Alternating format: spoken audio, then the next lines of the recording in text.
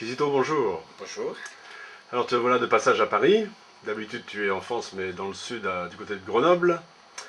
Tout à fait. Et après Solange, après Georgette, après Florence, voilà que c'est toi qui arrives devant le caméscope. Et tu nous avais lancé un sujet au niveau du Raja. Comment puis-je être utile au développement, alors tu avais précisé du Cameroun. Alors est-ce que depuis que tu avais lancé ce sujet-là, je crois que tu as des choses nouvelles à nous apprendre et à nous expliquer. Oui, tout à fait. Depuis que j'ai lancé le projet, il a bien évolué. Et en 2007, c'est-à-dire l'an dernier, au mois de novembre, j'ai profité de mon passage au Cameroun à l'occasion d'un colloque de philosophie qui s'est tenu à Yaoundé pour convoquer à une réunion 20 jeunes euh, qui devaient se réunir autour du thème de l'emploi. Et donc j'avais demandé ou souhaité que ces jeunes aient minimum le bac ou l'équivalent du bac. Et le sujet du jour qui a servi de base de réflexion, c'était, voilà, on vient de vous annoncer que vous avez gagné au loto 300 000 francs CFA. Qu'est-ce que vous en faites?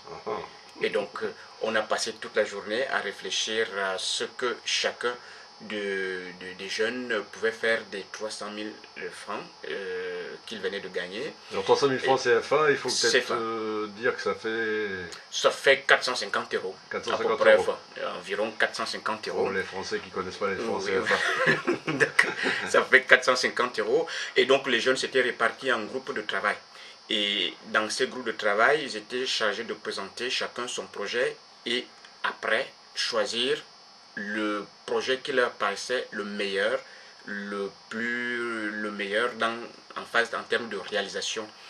Et j'ai récupéré tous les comptes rendus écrits des différents groupes de travail. Et une fois arrivé en France, je me suis dit, voilà, qu'est-ce que j'en fais? On a réfléchi toute une journée autour du thème de l'emploi. Qu'est-ce que moi, maintenant, qui suis rentré, qui ai été à l'initiative, à l'origine de la réunion, qu'est-ce que j'en fais? Et au mois de janvier, à la bonne année, j'ai décidé donc de soutenir 3 de ces projets. Donc en janvier 2008. Voilà, janvier 2008, je décide de soutenir 3 de ces projets et immédiatement, je fais une lettre circulaire adressée à tous les jeunes qui avaient participé à la réunion pour les informer de ma décision de soutenir financièrement les 3 projets à hauteur minimum de 300 000 francs CFA, chaque projet. Et donc le premier projet a été mis en route. J'ai envoyé au total plus que ce qui était prévu, donc c'est-à-dire 400 000 francs au total. Et là, le projet a consisté à ouvrir un resto en même temps qu'il soit un call box, comme ça qu'ils appellent ça au pays, donc une sorte de cabine téléphonique. Un endroit où on peut téléphoner. Voilà, Oui. un endroit où on peut téléphoner. Et, À Yaoundé. à Yaoundé. Voilà, pas à Yaoundé, mais dans une banlieue de Yaoundé. Et l'inauguration a eu lieu au mois de mai. Et après ça, j'ai donc décidé de poursuivre la réalisation de ma décision, à savoir informer le deuxième promoteur du projet pour lui dire maintenant c'est ton tour. Et il m'a informé qu'entre-temps il avait changé de projet et si cela ne gênait pas par rapport à ma décision, que je lui ai dit que j'étais tout à fait ok. Alors c'était quoi sa première idée? Voilà, C'était... sa première idée, c'était une pépinière, je crois. Ah Une oui. pépinière, quelque chose comme ça. Et la deuxième idée, le deuxième projet dont il m'a tenu informé, c'était au mois d'août. Et c'était un projet de culture de manioc. Mais sauf que il m'écrit au mois d'août pour me demander, pour me dire le nouveau projet, quel était son nouveau projet. Et il me demandait en même temps que je lui envoie de l'argent début septembre pour commencer à réaliser le projet. Alors je lui ai répondu, ça ne se passe pas comme ça, je ne suis pas un banquier, quand bien même je serais un banquier. Le banquier ne donne pas de l'argent sans avoir des garanties. Voilà, même si l'affaire ne tient pas la route, il faut quand même qu'au départ, que toutes les conditions soient réunies. Et je lui ai demandé tout simplement de faire visiter le terrain sur lequel il allait investir à des gens que j'allais charger d'aller vérifier sur place le terrain en question. Et puis, je lui ai demandé de défricher lui-même le terrain et après, j'envoie de l'argent. Et depuis septembre, je n'ai pas de nouvelles. Et voilà où on en est par rapport à l'histoire de ces 3 projets. Bien, le troisième, alors, c'était aussi... Alors, le troisième, j'aurais déjà peut-être dû lui écrire pour lui dire, voilà, s'il était prêt, parce que le deuxième, il ne donne pas de nouvelles. Malheureusement, là aussi, je n'ai pas de nouvelles, comme c'est des gens que je ne connaissais pas. Donc, j'ai juste demandé qu'on les informe de ma décision. Est-ce qu'ils ont été réellement informés? Je n'ai aucune preuve. Ce que je sais, c'est que je ne les connaissais pas et je n'ai pas leur numéro, je n'ai pas leurs coordonnées pour pouvoir les joindre directement. Voilà. Et là, ça m'embête.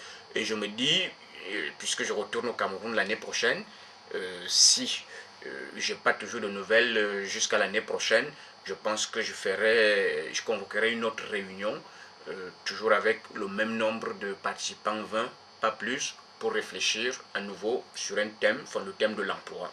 Et puis, je verrai si je m'engage ou pas à financer certains de ces projets. Et ce qu'il faut retenir, c'est que pour pouvoir financer ces projets, les spectacles que je fais, de contes, ce sont les spectacles-là. Oui, certains te connaissent avec les contes. Voilà, voilà. Donc ce sont ces spectacles-là qui me permettent d'avoir des sous de côté pour pouvoir financer ces projets. Sinon, ce serait difficile parce que je suis quand même marié et j'ai des enfants. Alors, bon, mais quand je ne touche pas mon salaire, ça va. Donc, du coup, j'ai la possibilité de faire des comptes et puis les bénéfices de là, tout ce que je reçois de là, je peux décider de faire des projets, de réaliser des projets de cette nature. Ça ne signifie pas non plus que je roule sur de l'or. Je ne roule pas sur de l'or. Voilà. Mais je pense qu'avec un peu de volonté, j'ai des talents. Je ne suis pas allé à l'école pour être conteur, pour être comédien. Donc, j'estime qu'en tant que croyant ces talents, voilà, je les ai reçus gratuitement. Il ne faut pas m'en priver, il ne faut pas les garder tout seul pour moi. Si j'ai la possibilité d'aider, ben voilà, il faut le faire. Et je le fais sans regret. Bien, alors espérons qu'en t'entendant, d'autres membres du Raja verront que entreprendre, ce n'est pas impossible. On le savait déjà d'ailleurs, parce qu'en 1997, à Bingerville, on avait eu l'occasion de rendre visite à des gens qui avaient mis en place certains projets qu'ils avaient eus, grâce à des aides venues de Caritas, pas des aides, à des prêts, je veux dire. Et donc, il faudrait peut-être savoir si au Cameroun ou dans d'autres pays, Caritas continue ce genre d'affaires, des microcrédits. Et en tout cas, ton exemple devrait en inspirer d'autres. Et maintenant, on se pose la question, où sont les entrepreneurs? Voilà. À la prochaine. À la prochaine.